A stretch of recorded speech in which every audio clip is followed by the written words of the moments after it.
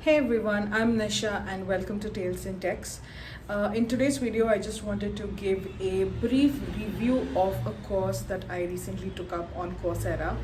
And I found that course to be really illuminating, really entertaining, and just chock full of knowledge. And if there is someone out there who likes this type of a course, I think my review would help them determine whether this course is right for them or not.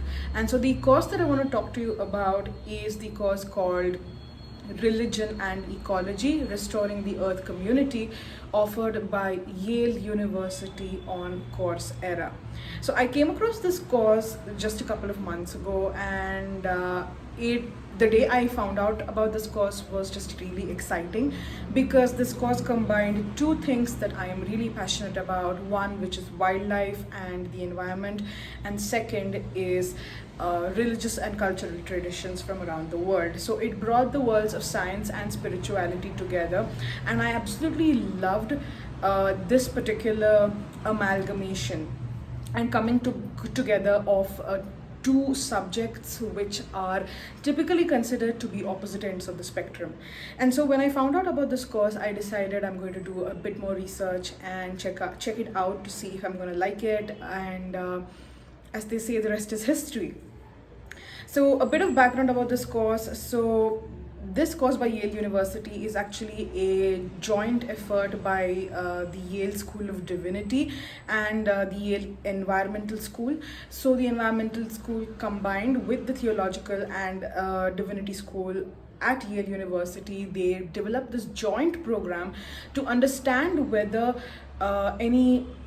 how spirituality and religious traditions can play an active role in protecting the planet from climate change and helping people around the world who are practitioners of any particular tradition or religion use their religious beliefs to be good citizens of the earth in terms of being morally responsible towards the environment, towards stopping the greedy acquisition of resources that we have, and allowing our faith to drive positive change in terms of sustainability, conservation, and climate change. And I think that idea is absolutely fantastic because if you look historically, the only sector that's been actively involved in climate change and sustainability so far has been science. Whether it is the science that is environmental science as a discipline, or even in the form of technological evolutions that have been made, that have been brought about in order to implement in the world for waste management, for resource management, for renewable energy, and so on. Anything that has to do with the environment, conservation, and climate change has predominantly been scientific in nature. Yet if you look deep into the core and crux of our spiritual heritage, you will see that a lot of our spiritual practices, in fact most religious traditions, dare I say even all spiritual traditions, have this underlying theme of environmental consciousness, where we as a humanity are aware of our role and our place in the environment, and we are not the rulers or owners of the environment or nature or the natural resources that we have. Rather, we are just one of the millions of species on this planet. We are possibly even stewards, guardians, supporters, friends, protectors of the environment.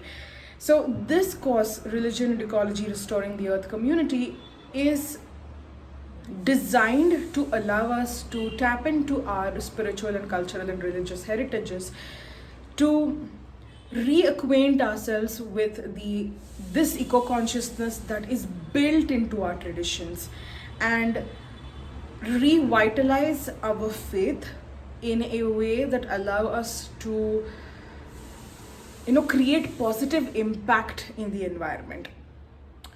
So this course basically is a 5 specialization or rather 5 subject specialization.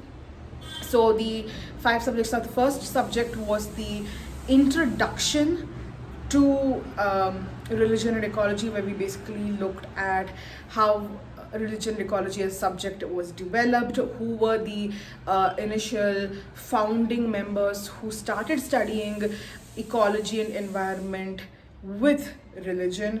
The focus is primarily on the American community and American dynamics, so as to say, because formally speaking, this subject was created and this discipline came into focus in the Americas.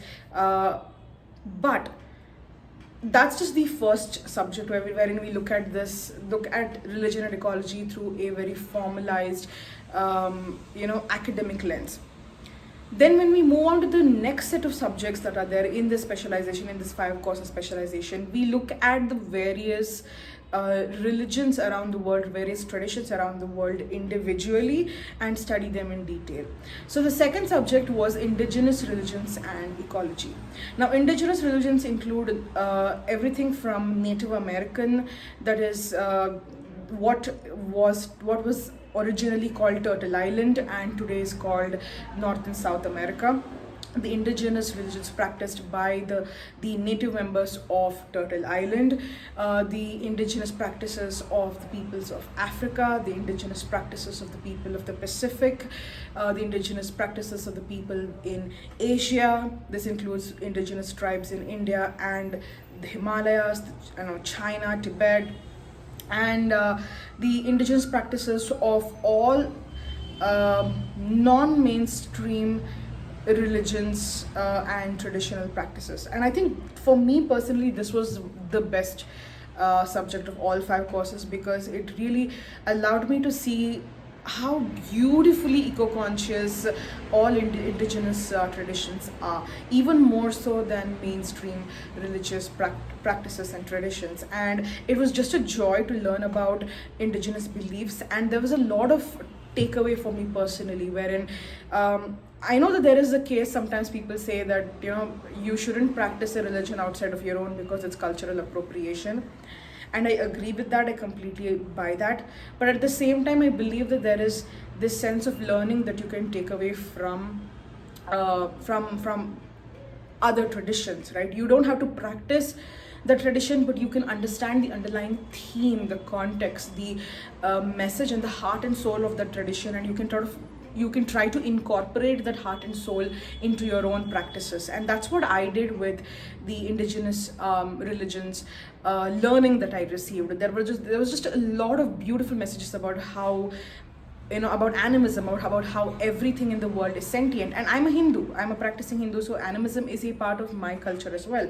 But the level of animism and sentient belief that is present in indigenous religions is just extraordinary. Everything from a tree to a rock to water has a life, and how do we honor these lives? How do we treat them with respect? How do we treat them as creatures that are both on par with human but also beyond our human puniness, for a lack of a better word, because they are able to sustain lives, that give life, sustain life, grow life, nurture, do so much that we humans are not able to do. So it's really hard for me to explain just how absolutely wonderful this course was, Indigenous Religions and Ecology. It was really eye-opening.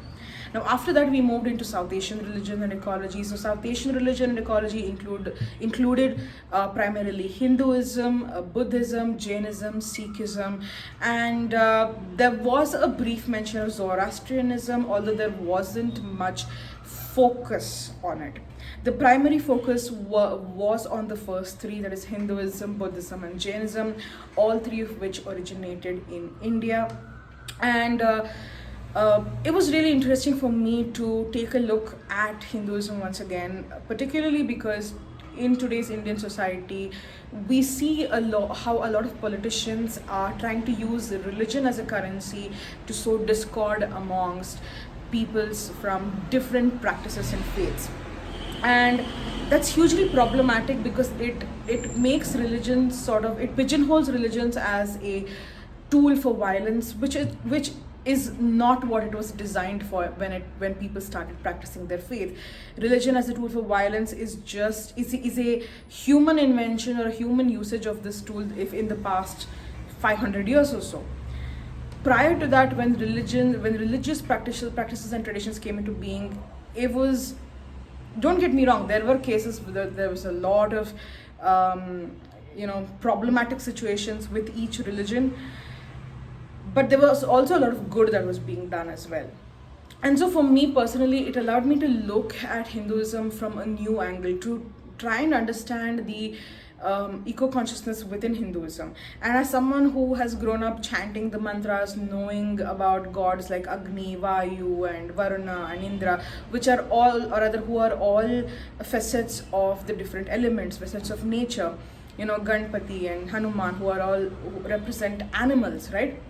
So for me, it allowed me to sort of reconnect with Hinduism in a way that was more intimate. There was a time before I took up this course when I was feeling a little detached from my culture because of all the violence and hate and the religion-based violence that our current political party was doing in my country. And this course allowed me to understand that if I look past all of that and try to find this eco-consciousness within Hinduism, it might allow me to practice my faith better, while also allowing me to become a better human being and become more of a champion of nature, champion of conservation, champion of climate change, and to actually actively live the ideals that were preached about protecting the environment in my Hindu scriptures. So that was something that was quite interesting. Now, Buddhism and Jainism, once again, as well, they take us through the same process of understanding the concept of non-attachment, of not being greedy, of ahimsa, which is non-violence. And we look at how and Sikhism and Zoroastrianism, we look at how all South Asian religions play a role in developing this sort of eco-consciousness and respect for other creatures apart from humans. After this course was the third course, which was the East Asian religion and ecology. Now, East Asian religion and ecology basically consisted of the East Asian religions, such as the religions of China, Vietnam, Korea, and the other East Asian, Philippines and Malaysia and so on. So primarily we focused on Confucianism, Taoism and Buddhism. Now this was a really interesting switch, because Buddhism, which originated in present day India, has its expressions which is vastly different compared to the Buddhism that is practiced in East Asia. Now, if you go to East Asia, how Buddhism is practiced, their cosmologies, that is the stories of how the religion evolved, how the mythologies within the story is, they're completely different from the stories and the expressions of Buddhism in India, for example, or even in Sri Lanka, which is a part of South Asia. So you can chart the evolution of Buddhism from its birth in South Asia to how it migrates to East Asia, and you can see how Buddhism is influenced by the dominant religions at that time, which was Taoism and Confucianism. And for me, Taoism and Confucianism were two completely new religions, and it was such an exciting thing for me to learn. Both of these religions are very poetic in nature, and that was something that I found really fascinating. If you read Taoist and Confucianist scriptures, it's almost like you're reading poetry. And it was just really interesting for me to read all these messages. And a lot of reinterpretation has been done in the sense that with any religion, that is to say, there has to be a certain level of reinterpretation, because we need to understand and try to remove all the misinterpretations that are there, and to reinterpret scriptures that have undergone revision and translation and interpretation over so many centuries. And I was able to find out about academicians who are working so hard to translate and to interpret and reinterpret these ancient scriptures which haven't been translated till even today. So that's an ongoing process, and it was just really fascinating to learn about. And the final course that we learned that I took up was Western religion and ecology. So Western religion and ecology basically focused on the three Abrahamic religions, which is Christianity, Judaism, and Islam. Now, this in particular was really fascinating for me because all three Abrahamic religions have for long been assumed to be anthropocentric, that is, focused from a human perspective. Now, if you look at the other religions that are there, you will see a sense of you'll see a sense of how all of them have an underlying theme of nature in them. So for example, indigenous religions are based and derived out of nature itself, where for example a tree is a god. Then you have Hinduism, once again, which is based out of an indigenous practice, and again, we have elements and other natural bodies as deities. We have Buddhism and Jainism, which don't necessarily speak of nature as a god themselves, but they have these underlying themes of respect for other species, of preserving the environment, of non-violence, of non-attachment, of not being greedy, which once again kind of feed back into the whole mindset that you need to develop when we have to stop abusing the resources of the earth, right? We don't want to be greedy. When we stop being greedy and take only what we need instead of what we want, we can leave more resources for the future. We can ensure that the earth isn't bled dry. Now, you have all these underlying themes of eco-consciousness in all of these other religions, and even to a large extent, although some sections of Taoism and Confucianism do have anthropocentric leanings, you can see this appreciation of nature and surroundings and the environment and other animals in there. Now, Abrahamic religions have for a long time had this reputation of being anthropocentric, human-centric. You have, the main, personages who are worshipped in Abrahamic religions are also people, that is Jesus, Moses, Muhammad.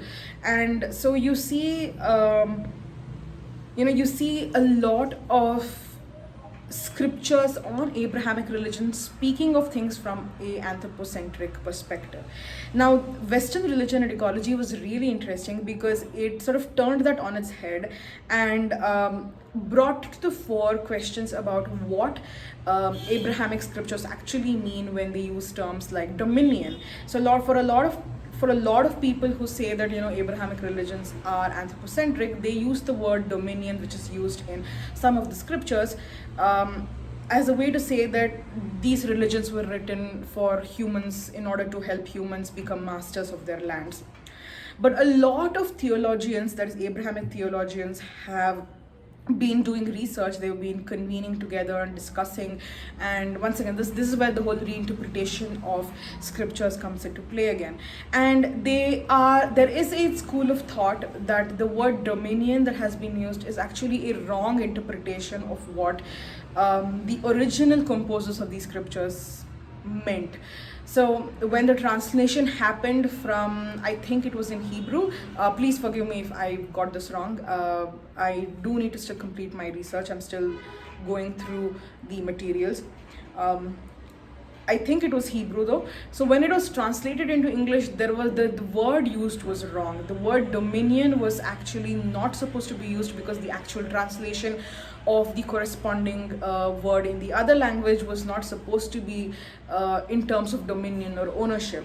Rather, there are a lot of theologians who believe that the word dominion actually is sort of a misfit for the word of stewardship. That is, wherein you're a steward, you're a guardian, you're someone who has temporary custody of the of the earth, of the planet, of nature, of other species. And your job is just to protect us. Our job is just to protect the earth, and our job is just to keep it safe, use only what we need, give back as much as we can in the form of planting more seeds and reducing the impact or reducing usage of non-renewable resources such as fossil fuels and so on, and not polluting the environment. So Western religion and ecology was really eye-opening because they spoke of different aspects of, in Christianity once again there was a lot of debate about the usage of certain terms which make Christian scriptures sound anthropocentric. In Judaism, the focus was on how there are so many festivals which celebrate nature, which aren't very widely celebrated these days. Like, for example, the New Year of the trees, also called the birthday of the trees, which modern day Jewish practitioners are bringing back into vogue in order to engage the younger communities or the younger members of their communities, to get them on board and to get them to appreciate the natural world. And in Islam, there was this discussion about the hadith, which is basically stories of the prophet, and many of the stories of the prophet have to do with his kindness and generosity towards animals and plants, and it was just really fascinating to read about.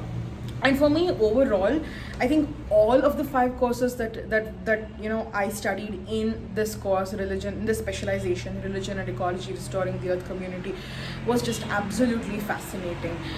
So the 5 courses were Introduction to Religion and Ecology, Indigenous Religions and Ecology, South Asian Religion and Ecology, East Asian Religion and Ecology, and Western Religion and Ecology. So there were 5 courses. So all of them were absolutely fascinating. There are tons and tons of resources that Yale University provides, and I think this is a course that absolutely anyone can take up if you are remotely interested in understanding religion from a new perspective, if you're interested in understanding how science and spirituality can be brought together in a holistic manner, if you are a scientific individual who wants to see in what other ways can you impart the knowledge and call for climate change and sustainability, where science has failed, but maybe you can try spirituality. Or if you are a very religious person, or maybe you are a member of the clergy or a temple, and you want to see how you can merge your religious understanding with scientific knowledge, then I think this course is going to be perfect for you. I think this course is basically for everyone. Just a couple of tips about how to get through this course. Now, this course is basically designed in a time-based manner. You can take it either for 1 month, 3 months, or 6 months, and the cost of the course varies depending on how long you study this for. I personally took it for 3 months and I paid 8,000 INR. I don't know how much that is in dollars, but please feel free to convert. The course is designed where it is text heavy. There are a lot of research papers and articles that are given, photocopies of textbook material that are given, a huge resource list that is there that you need to go through.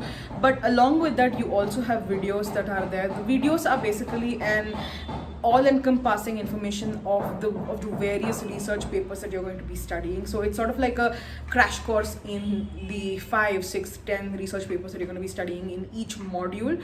So every course has between 8 to 13 modules that are there, and so each module will have around 3, 4, sometimes 5 videos, and a bunch of other research papers. So the way I approached this course was that because I was strapped for time, and I didn't want to extend it for another 3 months, I watched all of the videos and then I read only the main papers that I had to absolutely read in order to pass the exams that are there on the course, and the other research papers that the course offers, I decided to just download them onto my laptop, and I've kept them on my computer now so that I can read them whenever I'm free. So I think you can do that as well, unless of course you find the time to go through all of that material, then that's absolutely brilliant. So yeah, this course is absolutely great. I love the way the course has been structured. The faculty, which is Professor Mary Evelyn and Professor John Grimm, are Mary Evelyn Tucker and John Grimm. They are really good at what they do. It was very easy to understand, very engaging, and I think and like I said, it has revitalized and revamped my relationship with both my religion and the world at large, the environment at large. And I heartily recommend this course. So yeah, that's it. I think I'm going to wrap up this video. Let me know down in the comments below, have you taken up this course, or are you planning to take up this course? What do you think about this course? I'd love to hear from you. Alright then, thank you so much for watching this video, and I will see you soon. Bye bye.